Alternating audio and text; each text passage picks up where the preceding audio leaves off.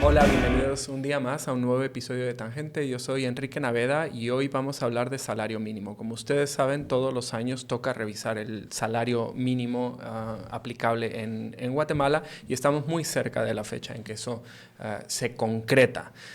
El proceso consiste en una negociación entre tres partes, fundamentalmente dos, empleadores y empleados, pero con el gobierno tradicionalmente como mediador, pero aparentemente durante este periodo con una iniciativa mayor, y en caso de no concretarse un acuerdo entre esas dos partes, generalmente recae la responsabilidad de fijar un nuevo salario o dejar el vigente en el presidente. En este proceso, el sector trabajador, el sector de los empleados, ha tratado de elevar el salario mínimo a un límite de 200 quetzales mensuales, de 200 quetzales diarios. Esa era su propuesta original para llegar a 6,000 quetzales al mes. El sector empleador, por su parte, dependiendo de la circunscripción económica, proponía un aumento de entre el 1.5% y el 3.07%. A falta de acuerdo, el gobierno está proponiendo un incremento del 10%. Esto supone uno de los mayores incrementos en la última década, si no es que el mayor.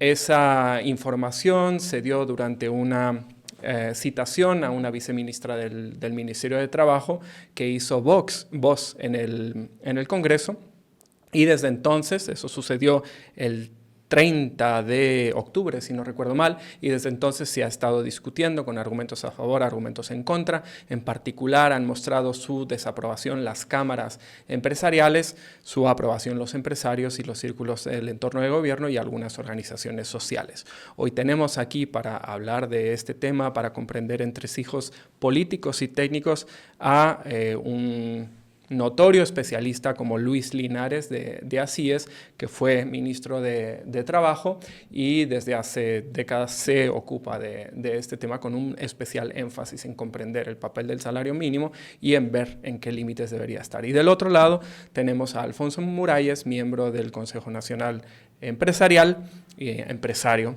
en el rubro de turismo. Queremos comprender un poco las posturas que hay. En primer lugar, me gustaría darles la bienvenida. Gracias por estar aquí. Gracias. Es un gusto. Un gusto Encantado, verlos. Enrique. Encantado, don Alfonso. Y preguntarle al señor Linares cómo entendemos la lógica del salario mínimo. ¿Por qué hay que regular el salario mínimo? ¿Para qué sirve? ¿Qué ayuda a contener? ¿Y cuándo es bueno y cuándo puede ser malo el salario mínimo fijado por decreto? Las primeras reivindicaciones laborales que se dieron en el siglo XIX fueron sobre la jornada de trabajo y sobre un salario mínimo, que no se llamaba probablemente en ese entonces así. Eran las 8 horas para trabajar, 8 horas para descansar, 8 horas para dormir, 8 horas para hacer vida de familia y 8 peniques, decían los trabajadores ingleses, de salario diario. Y en 1894 se implantó el primer salario mínimo en Nueva Zelanda y posteriormente pasó a una provincia de Australia, también lo adoptó. Y cuando se fundó la OIT en 1919, en su constitución se señala entre los aspectos que van a permitir una paz en el mundo basada en la justicia social, un salario mínimo vital, un salario vital. Y entonces el salario mínimo se ha considerado desde ese entonces un salario que permita al trabajador y a su familia el satisfacer las necesidades básicas, comenzando por la alimentación, y de ahí en adelante que por lo menos hay un piso del cual no deben bajar las remuneraciones que recibe cualquier persona que tiene una relación de dependencia, que es un trabajador asalariado. Y actualmente más de los 190 países que son parte de la OIT unos 175 tienen la institución de salario mínimo. En América Latina creo que hay uno o dos nada más. Y en general los países fijan un salario, la mayoría de los países fijan un salario único, como por ejemplo en España, que le llaman el salario mínimo interprofesional. Y otros países tienen salarios por áreas geográficas o por por actividad económica o por incluso tamaño de empresa, como por ejemplo en Honduras.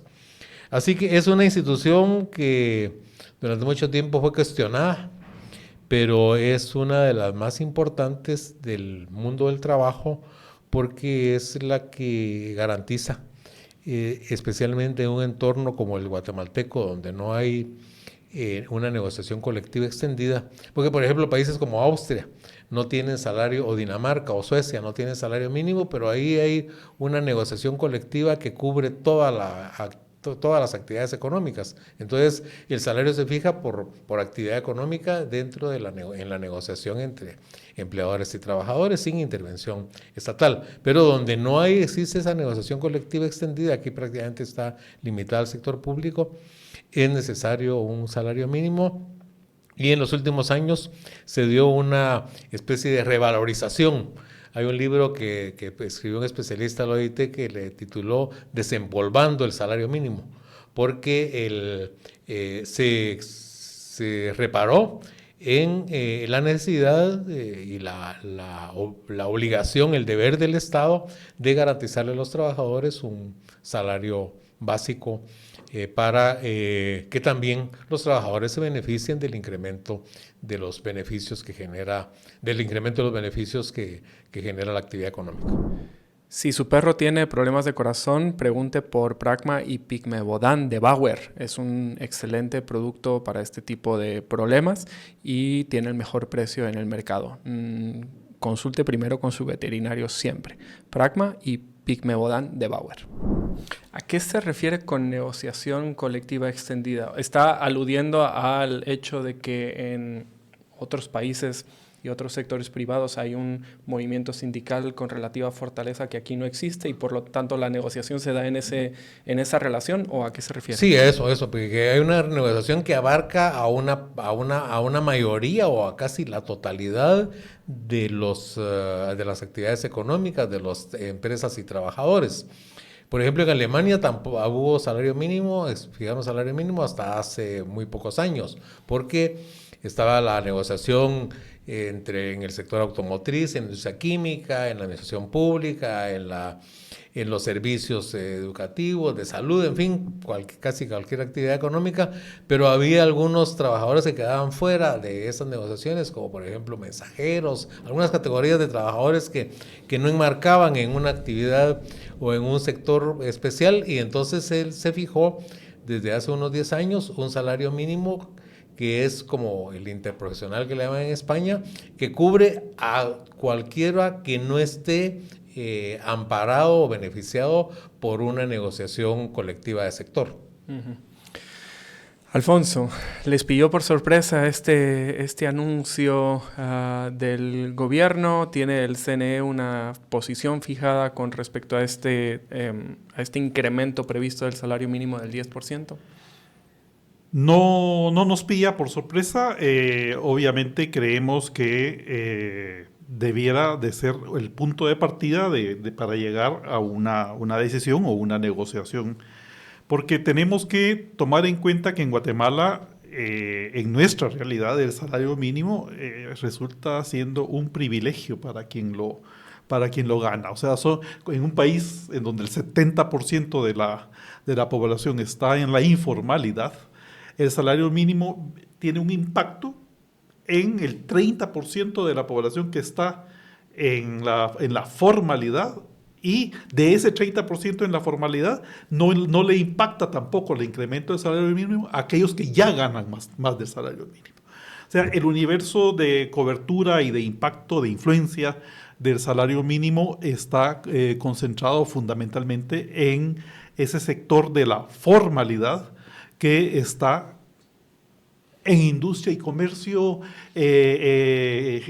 generalmente alrededor de la ciudad de Guatemala o de los núcleos urbanos mayores, No contamos, la verdad, hasta ahora. Yo creo que en este momento tenemos al Instituto Nacional de Estadística en buenas manos y en el futuro podemos contar con estadísticas confiables, pero hasta ahora generalmente no hemos contado con esa información confiable estadística, pero tratando de obtener datos sabemos que una de las fuentes de información más confiables puede ser el número de beneficiarios o más bien de afiliados al ICS, y que eso sea un parámetro que permita medir la formalidad, y esa que anda alrededor de 1,5 millones de personas de afiliados al ICS, y que esa cifra es precisamente el sector que puede tener un impacto con el salario mínimo y, insisto, únicamente aquellos que ganan el salario mínimo, porque quien gana más allá no.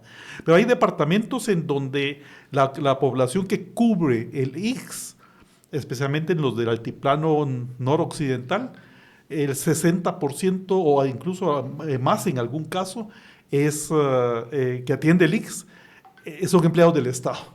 O sea, la población protegida por el ICS, empleados del sector privado en algunos departamentos, es poca, y porque está focalizada en sectores urbanos grandes. Así que yo pienso que debemos de dejar de romantizar los efectos del incremento del salario mínimo, los efectos del salario mínimo mismo, cuando tenemos una población que está altamente sobreviviendo en la informalidad. Uh-huh.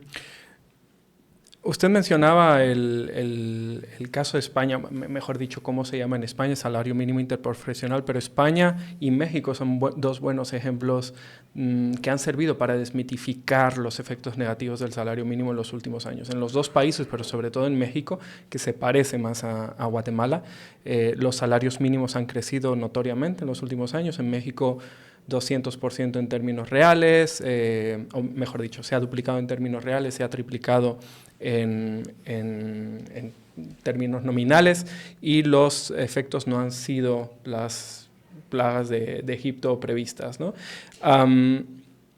¿Cómo reacciona usted cuando oye los argumentos de Alfonso acerca de lo limitado del impacto del salario mínimo?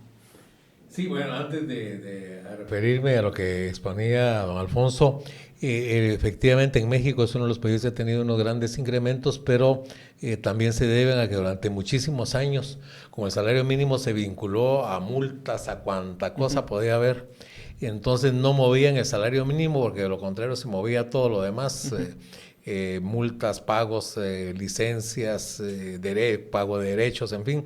Entonces el salario mínimo se quedó prácticamente congelado. Entonces se dio un proceso con el gobierno de López Obrador de actualización del salario mínimo. Y de desvincularlo de multas. Y de desvincularlo, y el incremento, por ejemplo, que el salario mínimo en México tienen dos salarios, la frontera norte y el resto del país. El de la frontera norte es casi el doble del resto del país. Pero otro ejemplo interesante, importante, es el de Brasil, en los gobiernos de Lula y de Dilma Rousseff, que hubo incrementos sostenidos a lo largo de todo el periodo, y no se cumplieron esas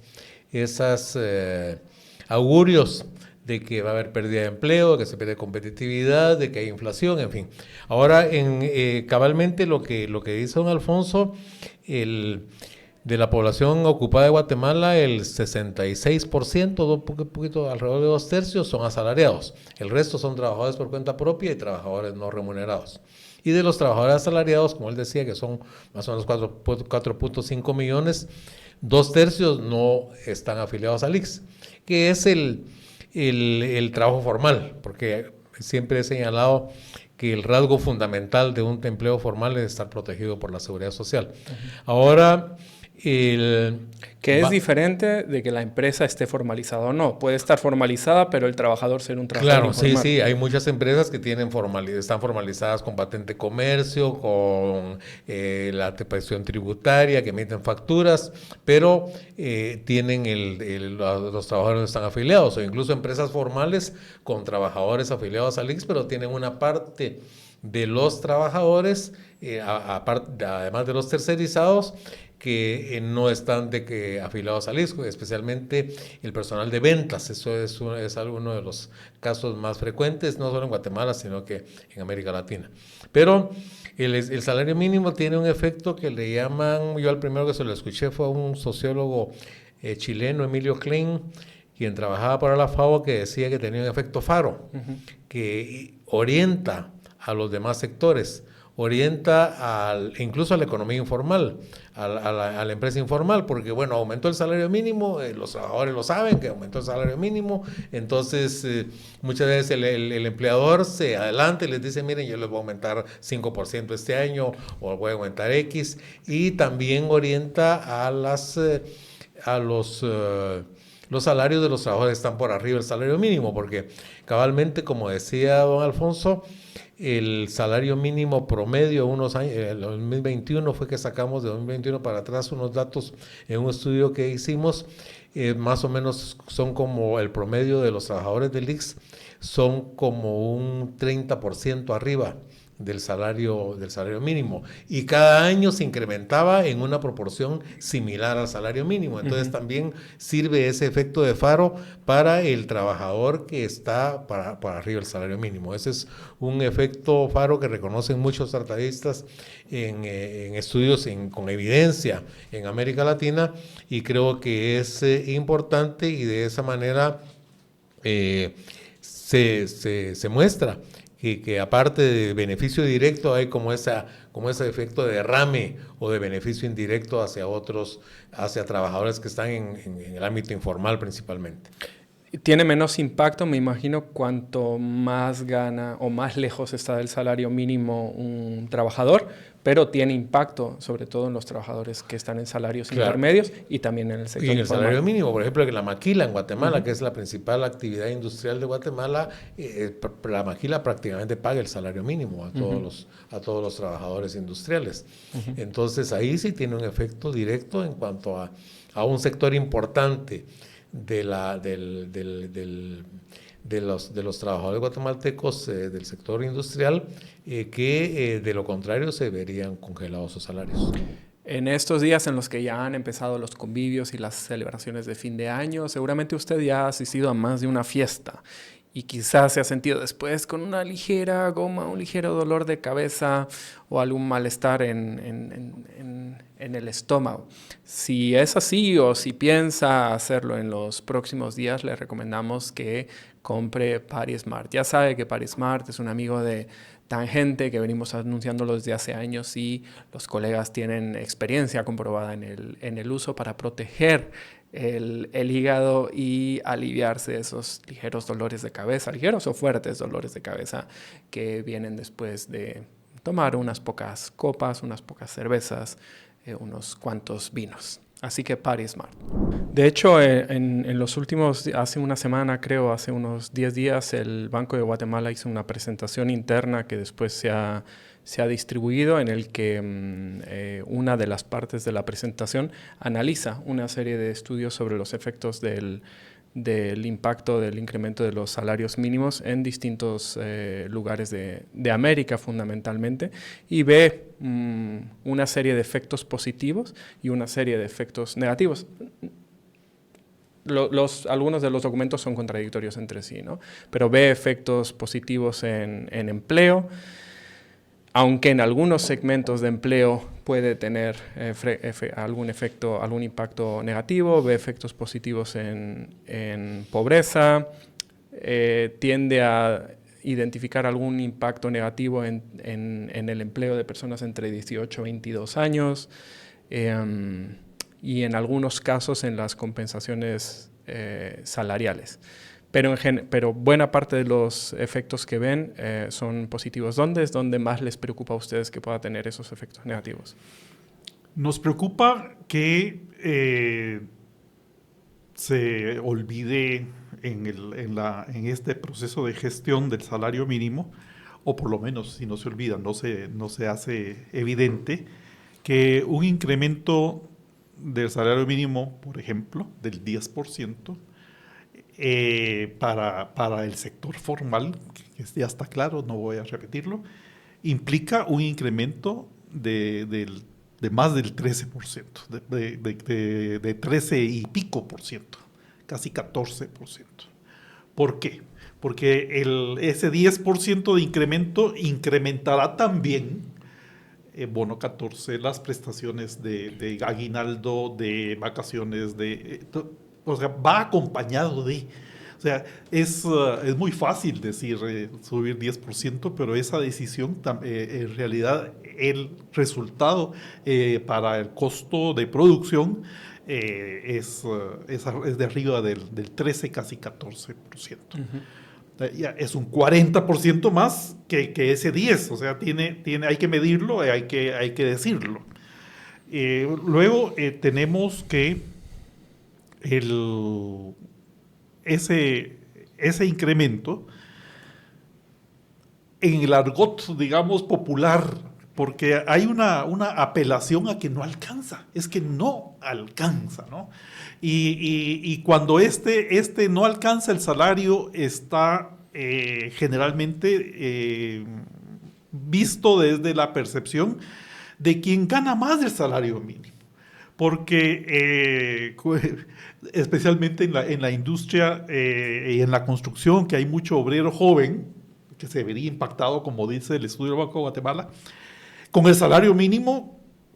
Si es soltero, joven, compra moto y comienza a ahorrar para el coyote. O sea, no pierde de vista el salario mínimo, no desincentiva el deseo de migrar, especialmente con los salarios que se manejan en otros países. Y por otro lado, hay costos de producción que dependen en Guatemala y precisamente de los generadores de industria de empleo formal. Ya mencionaba acá Luis el del sector de vestuario y textiles, que están compitiendo en el mercado internacional. O sea,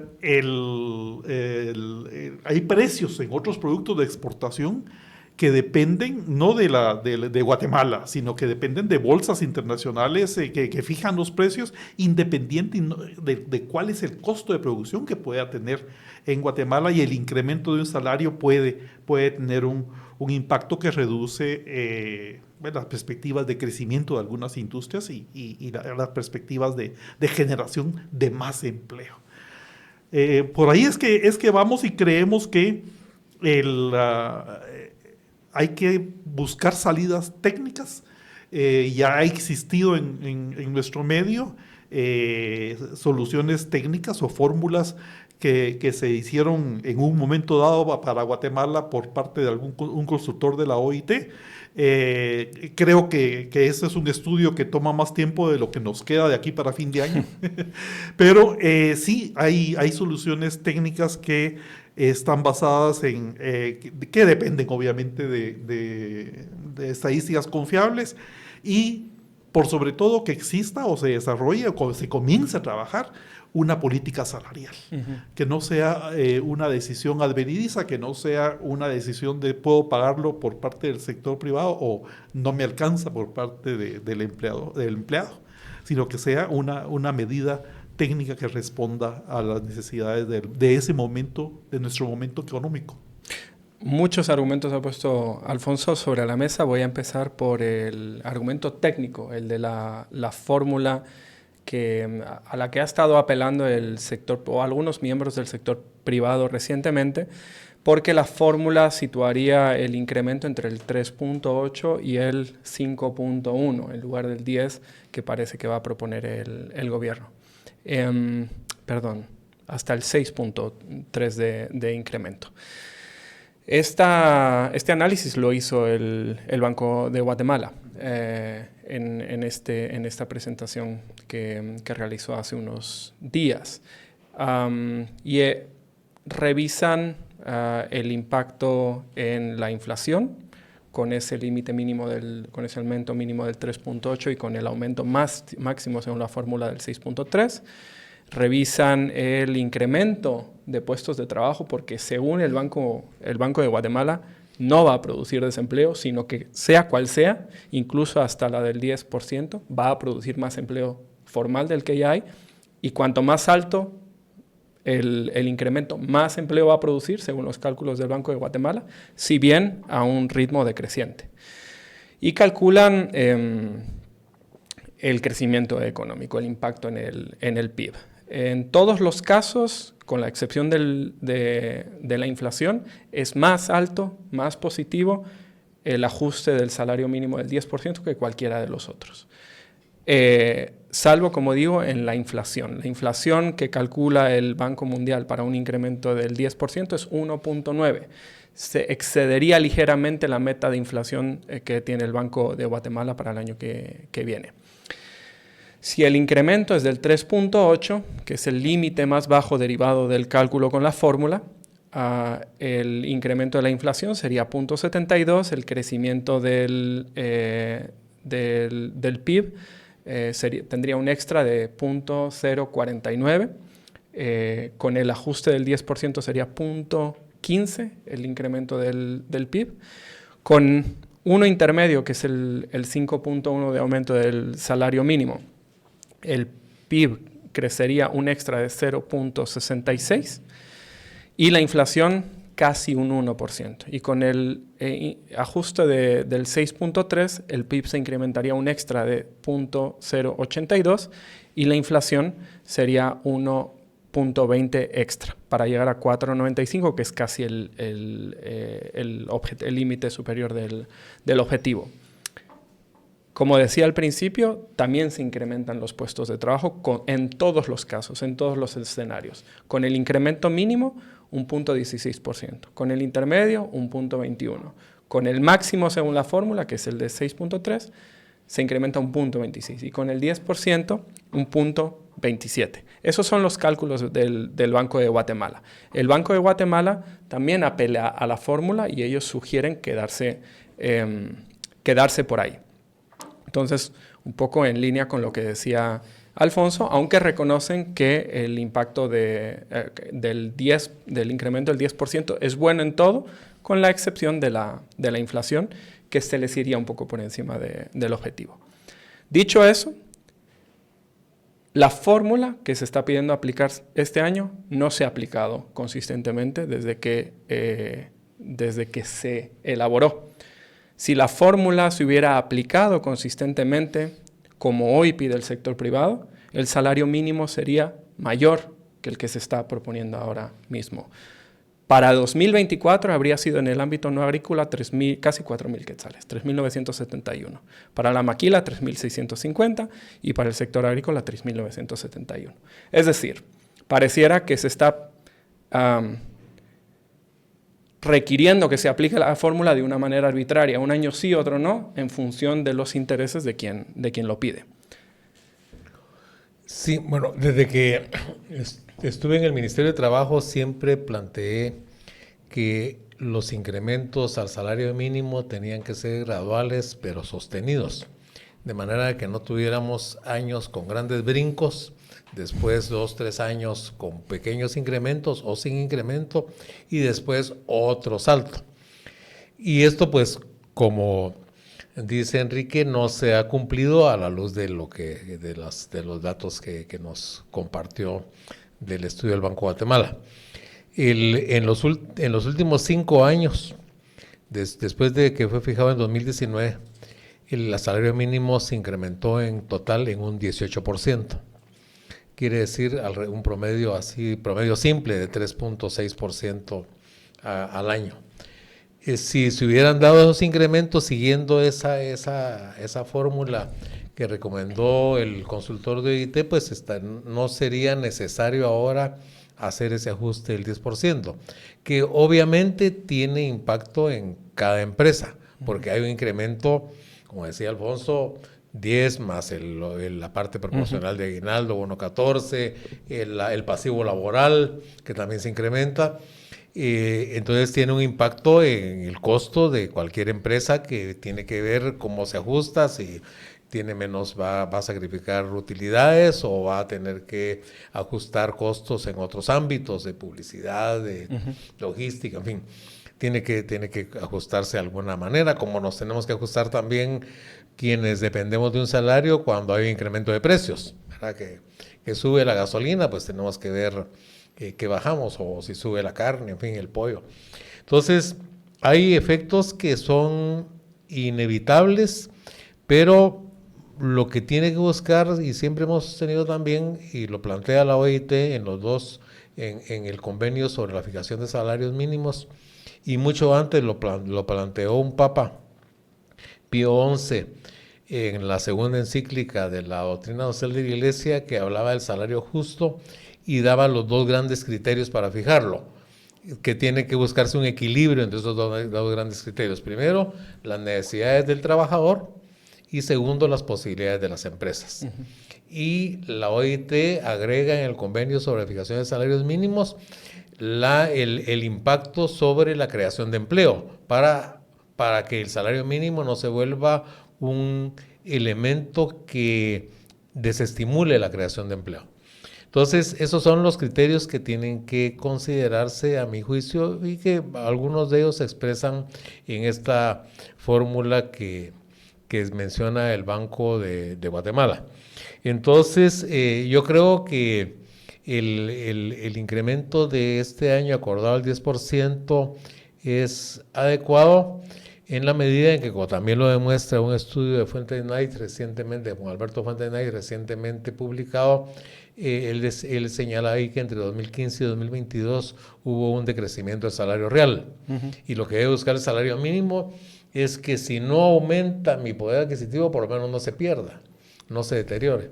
Entonces, ese creo que es algo, digamos, que desde ese punto de vista considero acertada la propuesta del gobierno, pero alguien mencionó ahí que podrían ser eso los incrementos en los siguientes años. Eso sí creo que sería negativo, porque está bien, podríamos decir, como apretada de cincho de ahora, para ponernos más o menos en línea de recuperar poder adquisitivo, pero eso no se puede dar en los siguientes años, así como hizo, por ejemplo, el tiempo deportivo, como fue en tiempo deportivo, que él mismo decía, aumentar el salario mínimo en 10% este año, y el año entrante lo va a aumentar igual. Entonces, ¿para qué se iba a negociar en la Comisión Nacional de Salarios si ya el presidente había dicho?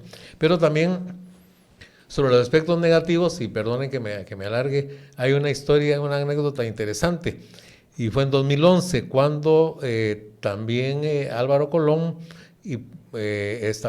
acordó un incremento de por el 9-10%, y el sector empresarial organizado alrededor de CACIFE, incluso la FEPIME, pues pusieron el grito en el cielo, pidieron que se revisara a la baja la tasa de crecimiento del PIB, anunciaron una baja en las exportaciones de varios cientos de millones de dólares o a miles de millones de dólares, que se iba a reducir, se iba a perder 40 y pico mil empleos, en fin, plantearon un panorama catastrófico. Y los resultados al año siguiente dan que el PIB creció más, que ese año creció más que el año anterior. No hubo reducción de los trabajadores afiliados al ICS, no hubo reducción de las exportaciones, y tampoco hubo un incremento de la inflación. Entonces, eso demuestra, cabal, lo que me acordé de ese momento, con lo que usted mencionaba, Enrique, de los efectos que plantea el Banco de Guatemala, o que presenta el Banco de Guatemala, en donde pues tenemos que ver, digamos, concluir que en una política de salario mínimo en sí no tiene un impacto negativo, pero sí tiene que ser calculada, tiene que evitar que lo que se hace con la mano no se destruya con el codo. Pero entiendo que a su juicio 10% es casi un riesgo 10% calculado. es para este año, creo que es razonable, pero para el año entrante tiene que ser moderado. Y también comparto con lo que decía Alfonso de una política salarial. Hay países donde se han alcanzado acuerdos multianuales. En el periodo tal tendremos un rango mínimo de incremento de tanto y un máximo de tanto. Y eso le da también al empresario, a la empresa le da un horizonte en cuanto a sus gastos y a sus costos. Y por supuesto que entre esos rangos se verá que puede ser menos o puede ser más, dependiendo de la coyuntura específica de un año. Pero ese es otro acuerdo que sería interesante y sano alcanzar en Guatemala, de manera que incluso el inversionista tenga un horizonte en cuanto a cambios en el salario mínimo que no se salgan de ciertos rangos, y de esa manera haya mayor certeza. Como se dice que las empresas necesitan certeza, también necesitan certeza en términos de costos. Aprovechando que Luis Linares mencionó el informe que elaboró Juan Alberto Fuentes Knight para Oxfam, que se titula Productividad, Salarios y Competencia, voy a permitirme citar otro dato de ese estudio que creo que es relevante, y algunos de uno que hizo María Frausto de la Universidad Rafael Landívar y que acaba de salir, sobre salario mínimo y políticas económicas. En el estudio de Juan Alberto se decía también, hacía un análisis de los 15 sectores de mayor productividad laboral de la economía, que son sectores de empresas formales fundamentalmente, y decía que las empresas formales se quedaban con 8 de cada 10 quetzales producidos o de valor agregado del trabajador, que es una cifra muy por encima del promedio en cualquier lugar, ¿no? O sea, los sectores más concentrados y más productivos de la economía se quedan con una gran parte de lo que agrega el trabajador. 8 de cada 10. En otros lugares son 4 de cada 10, ¿no? Entonces ahí él veía un margen muy claro para elevar el salario mínimo en ciertos sectores concretos. Con respecto a los aumentos del salario mínimo, tengo aquí una gráfica elaborada por María Frausto que lo analiza por periodos de gobierno, desde tiempos de Arzú. Y me llamó la atención que dice que el presidente que más lo incrementó fue Portillo. Portillo lo elevó el salario mínimo con respecto al año inicial de su gobierno un 111%. Teniendo en cuenta los bonos de incentivo, que sin tener eso un 83%, pero teniendo en cuenta esos bonos extra un 111%. Después los dos gobiernos que más lo elevaron fueron el de Colom con un casi 30% y el de Otto Pérez con un 26.6%, aunque aquí incluye el último año que ya Otto Pérez no estuvo, me imagino que fue un incremento producido por, exactamente, Maldonado Aguirre. Y después, ya bastante lejos, Arzú, que no llegó a un 20%, Berché, que no llegó a un 18%, Yamatei, que apenas superó el 15%, y Jimmy Morales, que no llegó a un 10%. Digamos, se ve bastante antojadiza las oscilaciones. Sí. Ajá.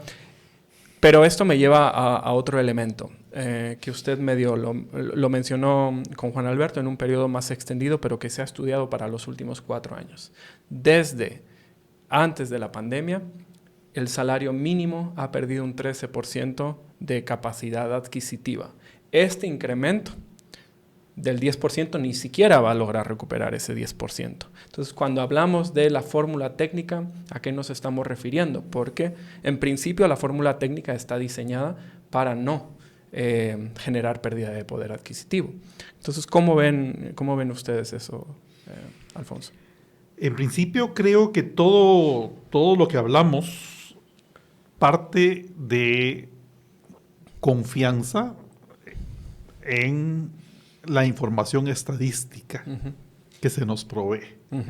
El mismísimo Banco de Guatemala, aunque tendrá sus propios mecanismos de medición, depende de los datos que da la entidad oficial de la estadística nacional. Y no siempre han sido confiables ni certeros los datos que da el Estado, el Estado en materia estadística. En 2008, 2009, se le metió al cálculo de la canasta básica. La canasta básica no es todo lo que se toma en cuenta para la decisión del salario mínimo, pero sí es un ingrediente muy importante. Se metió lo que se llamó un factor de ajuste en la hoja de Excel. Y el salario, el costo de vida, la política de entonces necesitó incrementarlo, pero falsear ese incremento metiendo un factor artificial de ajuste. Uh-huh. Y después se les olvidó que pusieron ese factor, y el factor quedó por años, incluso más allá del gobierno que había metido a propósito de ese factor de ajuste. Cuando hay un factor de ajuste al alza, cada año que pasa es más, va creciendo, y finalmente se llegó a un desfase absolutamente nefasto, pero que debe haber sido más notorio, entre el costo de la canasta básica real y el que decía el INE. Uh-huh. Era una aberración, digamos, el salto que hubo que hacer en la cuenta de cómo iba, según el INE, y de luego traerlo a la realidad, porque se descubrió esto. Incluso le pasó por las narices del Banco de Guatemala, y Guatemala estaba desfasada con relación a otros países de Centroamérica en cuanto a sus estimaciones de costo de vida. Y la solución mágica que encontraron cuando lo descubrieron fue una cuadradora, que decimos los contadores. Metamos ahora que no había, metamos entonces, como el desfase es más o menos de 1,000 quetzales, metamos ahora como costo de canasta básica 1,000 quetzales de consumo de alimento cocinado fuera del hogar. Así. Pero entonces, a lo que voy es que necesitamos, sí, una política salarial, pero que también tiene que ir acompañada de confiables datos estadísticos, porque de lo contrario estamos hablando, con base a esos datos estadísticos, de algo tan importante como la pérdida del valor del poder adquisitivo. De poder adquisitivo. Pero digamos que la canasta, el incremento de la canasta básica y la inflación, aunque están relacionados, no son lo mismo, digamos, están desacoplados. Entonces quiero entender bien su argumento. Su argumento es que necesitamos fe o confianza en que los datos que están proveyendo... la certeza de esos datos para comenzar. Luego, y de acuerdo en que hemos hablado de salarios diferenciados, y al fin hay una pequeña diferenciación, pues, porque existieron salarios diferenciados separada la maquila por el peso que tiene la maquila y porque depende de competencia internacional para la fijación de costos, y si no es un mercado, es una industria que migra con mucha facilidad a donde los costos de salario que sean menores. Y luego también hemos hablado de tiempo parcial, de salario a tiempo parcial, que no ha logrado tener vigencia mientras el ICS no acepte cubrir con plenitud a aquel que no cotice al empleador que no cotice un salario mínimo por lo menos. Entonces todavía sigue sin ser un incentivo para la generación de empleo el tiempo parcial, y luego la necesidad de que existan otro tipo de salarios diferenciados que vayan más allá de lo rural o urbano, de maquila o no maquila, que son los únicos que contamos ahorita. Cuando habla Alfonso, utiliza un rango de argumentos muy de sentido común, muy razonables. Si suben los salarios puede bajar la inversión, etc. Yo quisiera saber cómo reacciona usted a partir de los estudios que ha hecho. Tengo enfrente el de María Frausto, y nos cuenta una historia más compleja. Es más, señala que el año que más subió el salario mínimo fue el año con mayor inversión extranjera directa que ha tenido Guatemala en décadas. Y nos dice María que en realidad el salario mínimo es solo uno y ni siquiera de los más importantes de los factores que determinan la inversión extranjera o no extranjera. Quisiera saber en su experiencia cómo se ha comportado eso, si lo ha revisado en detalle. Sí, cuando uno revisa los datos de inversión extranjera directa, lo que pues, encuentra es primero la inversión en minas de la minería, que en un tiempo ocupó bastante espacio. Después viene la compra de empresas existentes. Como Tigo. Como Tigo, o antes los bancos, cuando compraron el BAM. Entonces, después la inversión en hidroeléctricas, incluso de Florentino Pérez. Entonces, la inversión extranjera directa en Guatemala tiene poca incidencia en la creación de empleo, porque incluso cuando, por ejemplo, una empresa extranjera, una transnacional compra una nacional, lo que hace es implementar sistemas, digamos, más modernos, entre comillas, pero que desplazan empleo. Entonces, la adquisición de una empresa nacional significa pérdida de puestos de trabajo por el modelo y el sistema que implanta la empresa extranjera. Entonces, nuestra inversión extranjera, la inversión en Guatemala extranjera, y también hay una baja tasa de ahorro de inversión nacional, no está vinculada o no es afectada por aspectos como el salario mínimo. Y, por ejemplo, en el caso de la maquila, que es, digamos, muy sensible, pero por otro lado la maquila está beneficiada con una serie de exenciones tributarias.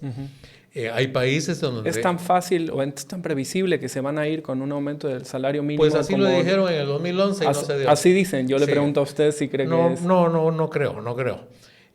Porque hay compensaciones, por otro pues lado. Porque hay compensaciones y al final, pues el problema es que en Guatemala el gran empresariado siempre ha estado, como les decía una vez un amigo, mi querido amigo que fue viceministro, en un diálogo que tuvimos, decía, mire, es que desde el punto de vista del empresario, el trabajador ideal sería el que no cobre por trabajar, sino que más bien pague por el honor de trabajar. Entonces hay que buscar, y desde el punto de vista del trabajador, lo que quisiera es ganar más que el dueño. Entonces, por eso es que la política salarial tiene que tener un ingrediente de equilibrio, que es el punto de vista que debe llevar el Estado, buscando el equilibrio entre las partes, y para eso es la negociación. Pero como decía Alfonso, las insuficiencias y deficiencias estadísticas, la poca confianza, mencionábamos antes de las cámaras, por ejemplo, la gran diferencia que hay entre la ENEI de 2022 y la ENCOBI 2023, que sustituyó a la ENEI porque también tiene el módulo de empleo, que reporta más de 600,000 ocupados menos la de 2023 que de 2022, o sea que no es posible.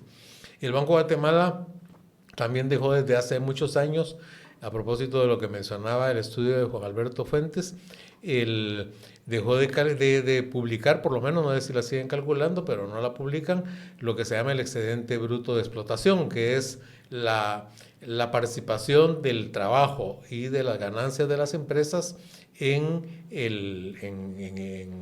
la distribución del PIB.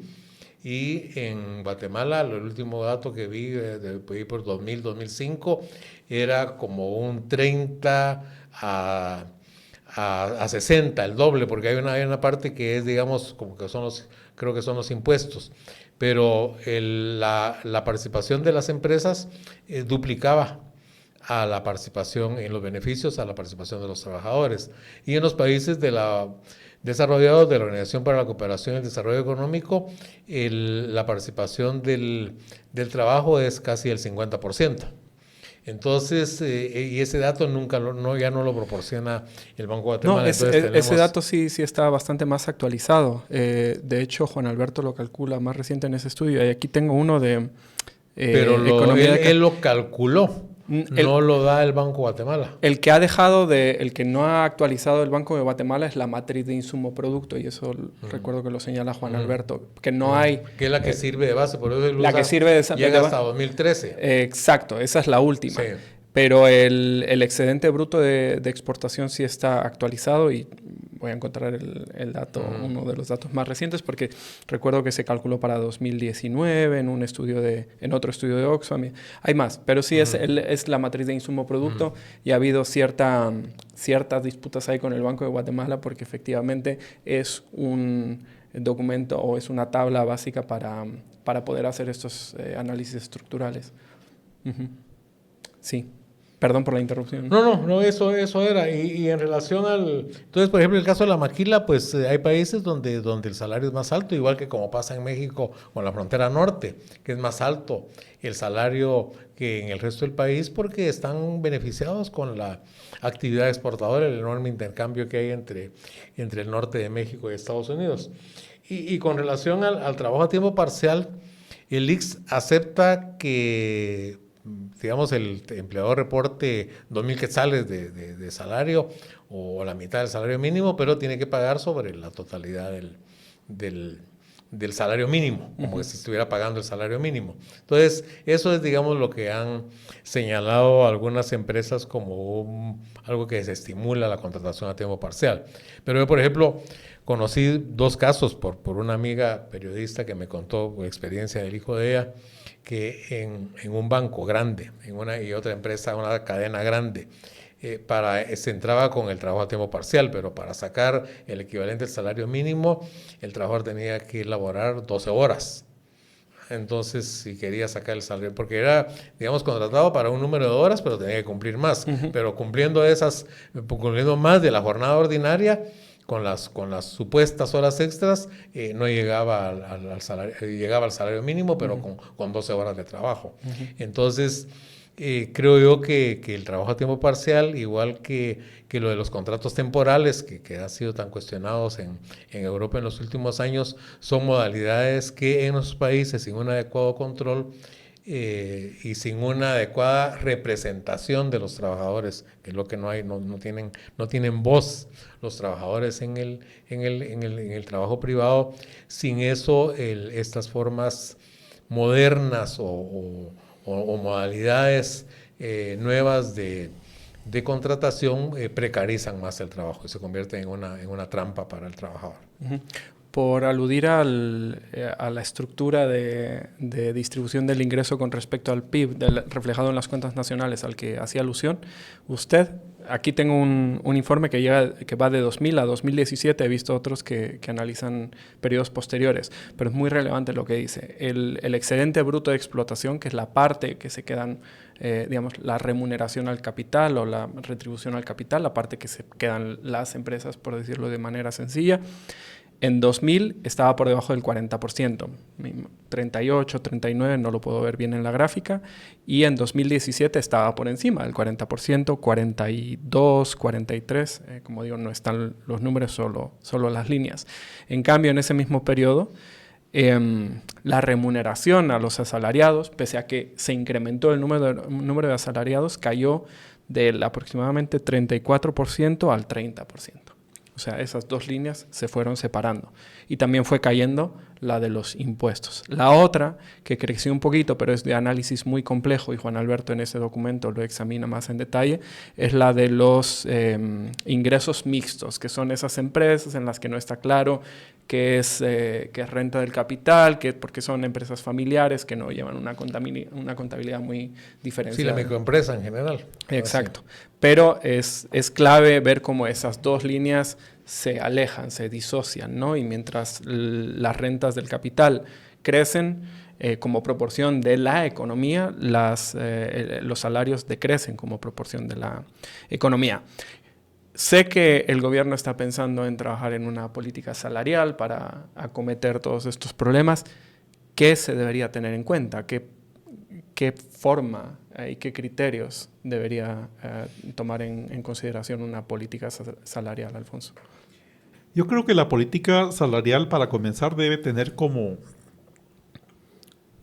norte en este momento de nuestra realidad laboral es un proceso de formalización del empleo. Uh-huh.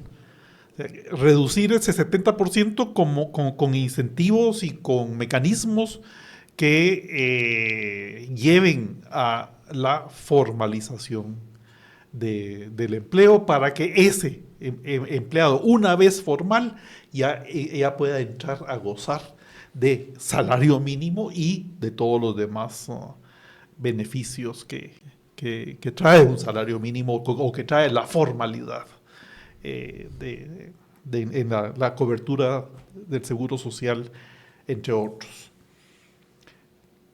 Esa es una fundamental, es el estímulo a la formalización, y que a eso no tengo la capacidad de decir por qué métodos, pero que a eso apunte, a estimular la formalización, y los salarios diferenciados pueden ser un mecanismo que ayude a la formalización.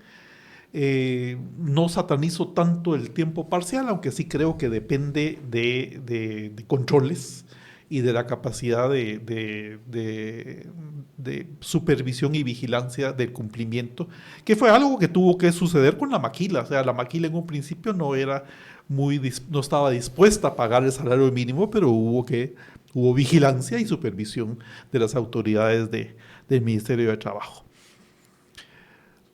A mí me llama la atención, por ejemplo, como chapín, como guatemalteco, que se calcule por parte del Instituto Nacional de Estadística que en el consumo de la canasta básica hay 9 tortillas per cápita por día. Y el costo pues lo establece de acuerdo con el monitoreo de precios que se hace en el mercado, en las tortillerías. ¿Cuánto costaría una tortilla si las tortilleras ganaran el salario mínimo? O sea, si ese es uno de los sectores más explotados laboralmente, es precisamente la joven mujer tortillera que migra del campo en la búsqueda de ese empleo. Pero el argumento ahí es que las tortilleras nos están subvencionando nuestro estilo de vida. ¿Y cómo habría que solucionar eso? Están subvencionando. Entonces, ¿cómo arreglamos eso? Entonces, creo que lo saqué como un ingrediente a tomar en cuenta cuando se está decidiendo una política salarial. Porque, insisto, no tengo la capacidad del análisis académico para llegar más que a través de análisis prácticos de vida. Y sí creo que ese universo de jóvenes, mujeres, generalmente indígenas y generalmente que migraron del campo a la ciudad porque es la única oportunidad de empleo, subsidia la economía nacional. Subsidian a aquellos que tenemos mayor capacidad adquisitiva, mayor poder adquisitivo. ¿Cómo vería usted? ¿Cuál debería ser la brújula y el norte, como decía Alfonso, de una política salarial? Sí, una política salarial pues tiene que, no puede estar divorciada de los otros elementos de la economía. Estoy terminando un documento en ACIES que le titulo El crucial desafío de la formalización, porque como mencionaba Alfonso, el 70% de los ocupados en Guatemala son informales, tanto trabajadores por cuenta propia como asalariados. Entonces la política salarial tiene que tener esos componentes, pero creo que fundamentalmente lo que debe de considerar y debe tomar en cuenta, no para no afectar con lo que se hace en un ámbito o el resto de ámbitos, y en lo concreto de la política salarial, pues lo que debe tener es ese horizonte que mencionaba, que se ha ensayado en otros países, de los montos máximos y montos mínimos en los cuales puede moverse el salario mínimo.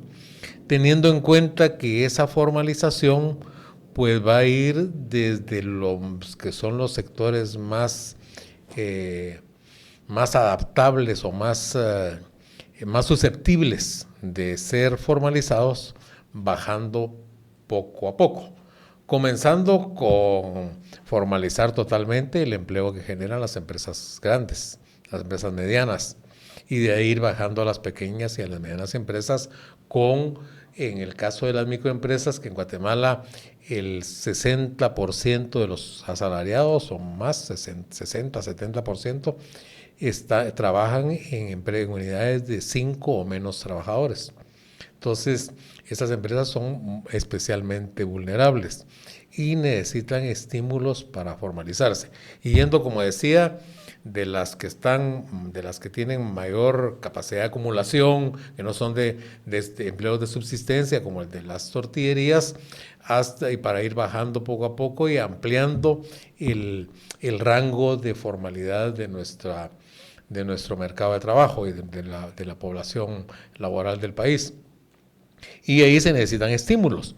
Por ejemplo, siempre hemos insistido con el ICS que un estímulo para el microempresario, el que tiene especialmente el de 1 a 5 trabajadores, que son la mayoría, es que el propietario de la microempresa se pueda registrar como afiliado a la Seguridad Social, que se beneficie.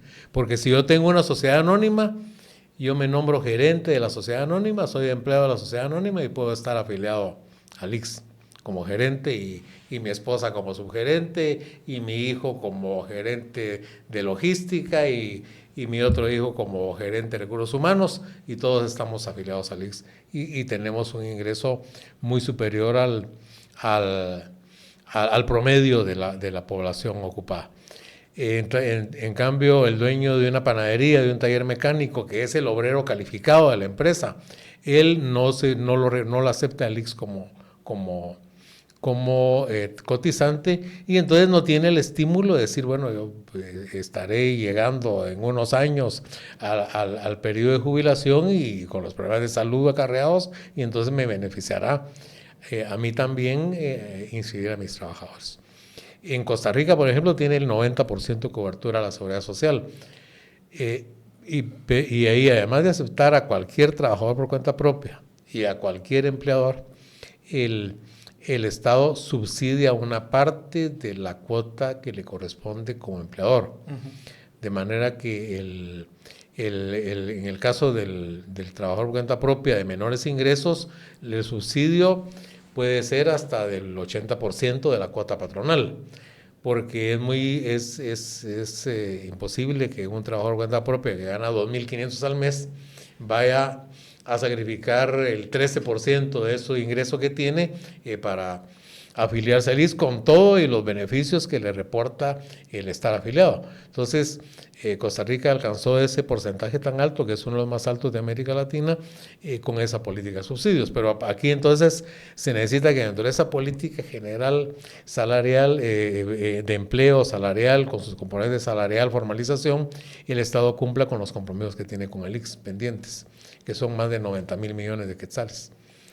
Y como también señaló Alfonso, la mayoría, en buena parte del país, la mayoría de los usuarios afiliados al ICS son trabajadores públicos, y los privados subsidian los servicios que presta el ICS a esos trabajadores, que son los que también tienen más posibilidad de asistir, porque al trabajador público nunca le niegan el permiso para ir al ICS. En cambio, al trabajador privado, pues en algún momento le ponen peros y le ponen o limitan las horas que puede ir, en fin.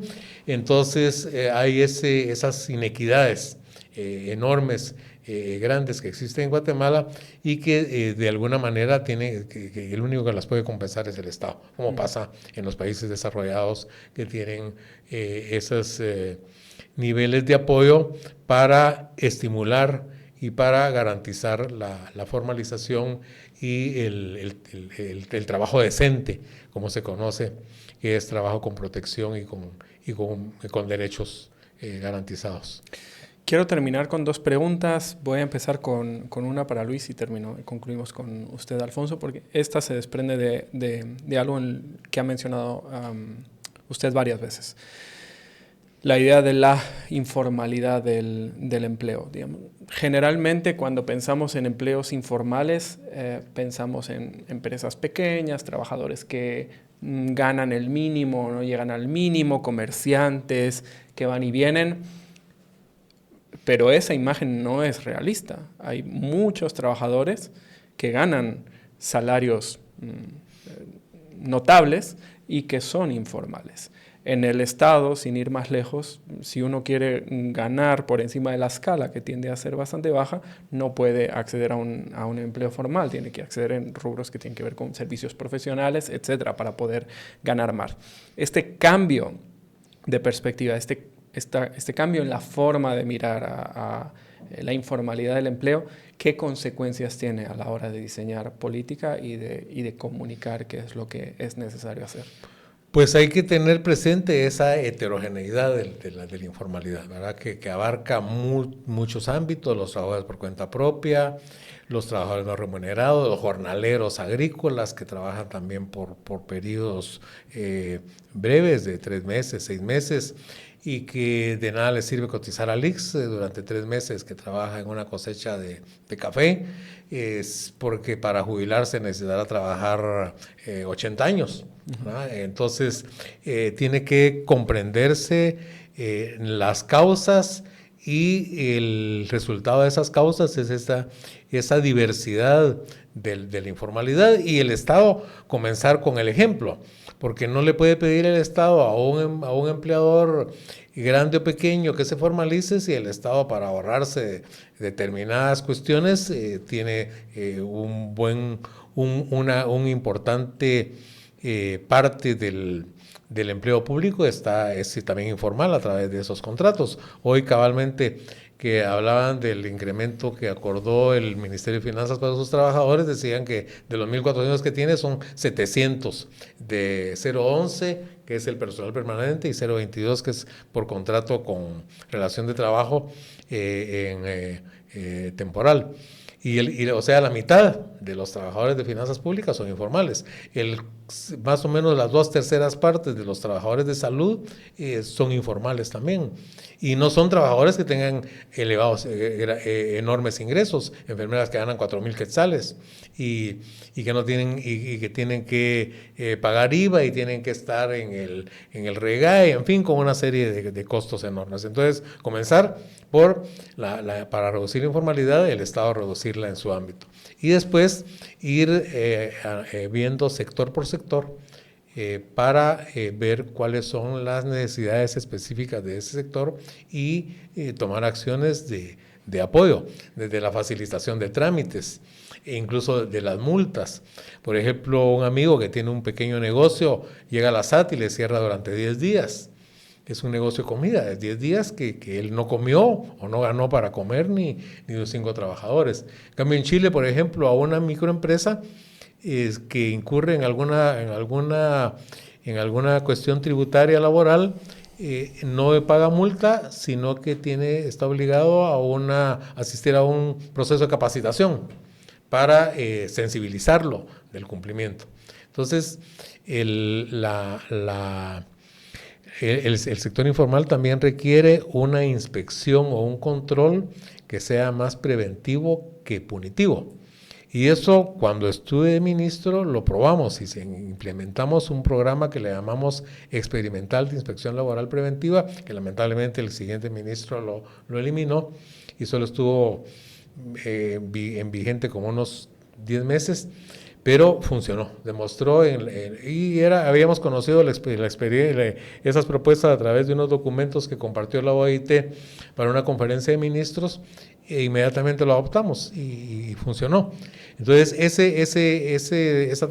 actitud o esa forma de relacionarse con el informal tiene que ser diferente a la de la empresa grande, mediana, que tiene otras características, otras capacidades.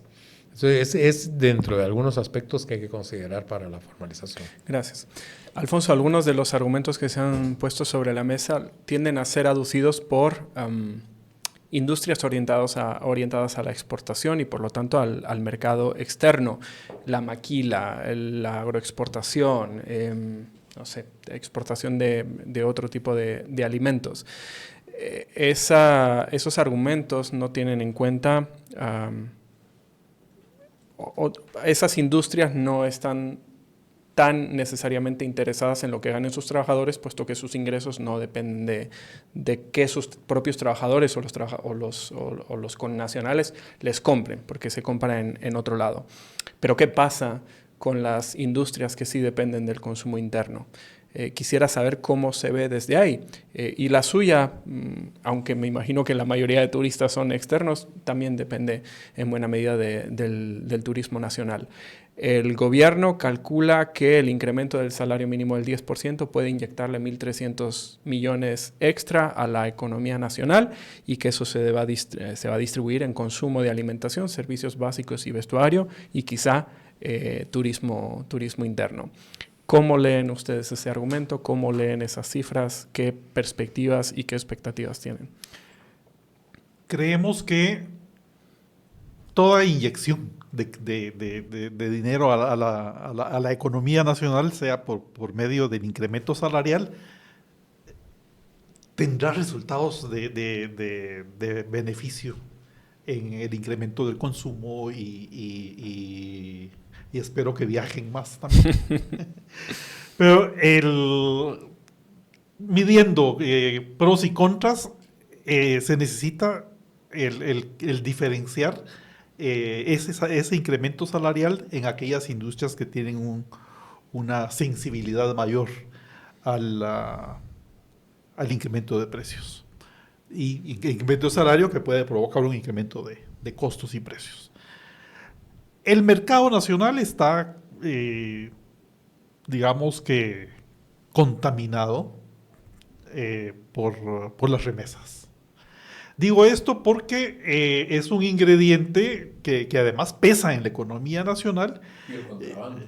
Y hay un ingreso familiar que no depende del concepto de trabajo y salarios dentro del país. Obviamente depende de trabajo y salarios fuera del país. La remesa en última instancia es una exportación de servicios.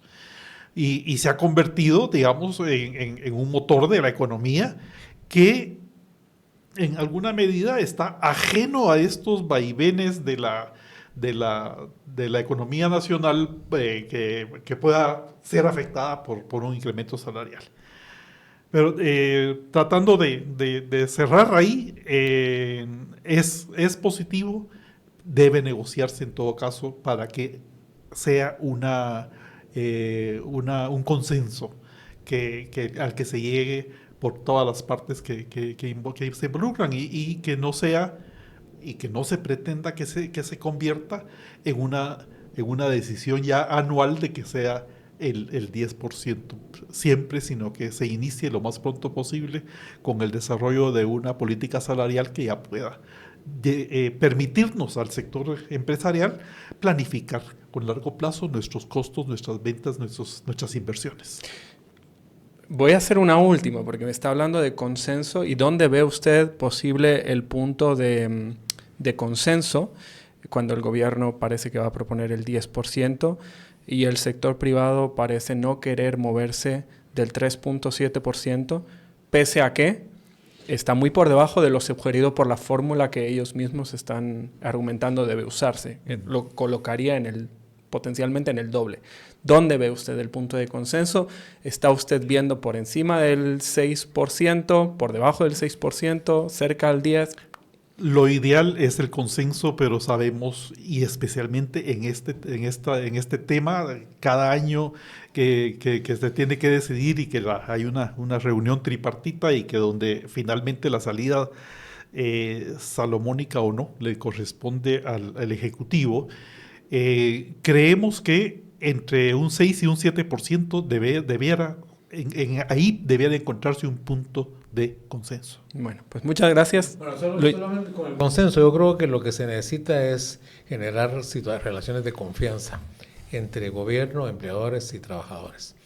Es difícil alcanzarlo, pero no imposible. Ha habido algunos casos en la historia de Guatemala de los últimos 20, 25 años que se alcanzó y cuando hicimos un estudio en ACIES sobre el salario mínimo y consultamos con gente que participó en esos momentos de acuerdo, decían que el principal el factor principal fue la generación de confianza entre las partes y también esa confianza que genera una administración del trabajo, un ministerio de trabajo que sea proactivo y que tenga credibilidad, que tenga solidez en sus planteamientos. Bueno, pues muchas gracias a ambos. Llegamos al final de este episodio Gracias de Tangente. Es un gusto. Como vemos, complejidad y variedad en los argumentos, pero dos conclusiones principales. Una de Alfonso, entre 6 y 7% de incremento es razonable. Una de Luis, el 10% este año es razonable. Otro en los siguientes años podría ser más moderado. Esas son como los dos elementos centrales de la conversación. Muchas gracias por haber llegado hasta el final. Esperamos que haya sido de su agrado. Gracias.